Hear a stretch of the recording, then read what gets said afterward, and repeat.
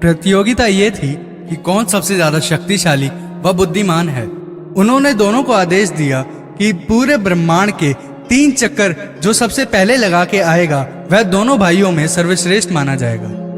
तो जैसा कि आप सभी जानते हैं कि भगवान श्री गणेश जिनकी सवारी मूषक है और भगवान श्री कार्तिकेय जिनकी सवारी मोर है, अब आप खुद ही अंदाजा लगा सकते हैं कि कहाँ मोर और कहाँ मूषक। प्रतियोगिता आरंभ होते ही भगवान कार्तिकेय अपने मोर पर सवार होकर ब्रह्मांड की यात्रा पर निकल पड़े, पर सारे देवता हास्य व्यंग करते हुए गणपति और उनके मूषक को देख रहे थे कि मूषक इतना छोटा और गणपति जी इतने विशाल, ये क्या ही प्रतियोगिता में भाग लेंगे और क्या ही जीतेंगे। कुछ क्षण बाद प्रभु गणेश अपने मूषक से उतरे और माता पिता को प्रणाम करते हुए जहाँ वो बैठे थे उनके चारों तरफ 3 परिक्रमा लगाई और उनको प्रणाम किया। सभी देवतागण अचंभे में थे कि गणपति जी ये क्या कर रहे हैं। इन्हें तो विश्व की परिक्रमा लगाने के लिए कहा गया था, पर ये ब्रह्मांड को छोड़ के अपने माता पिता के 3 चक्कर लगा के खड़े हो गए। वहीं नारद जी खड़े खड़े मुस्कुरा रहे थे।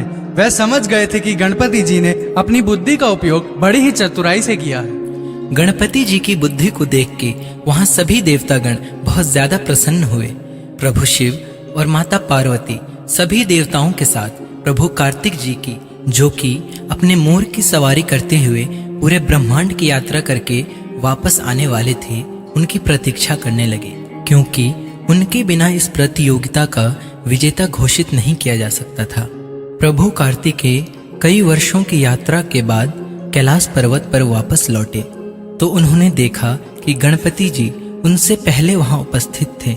यह देखकर प्रभु कार्तिकेय बड़े ही असमंजस में आ गए।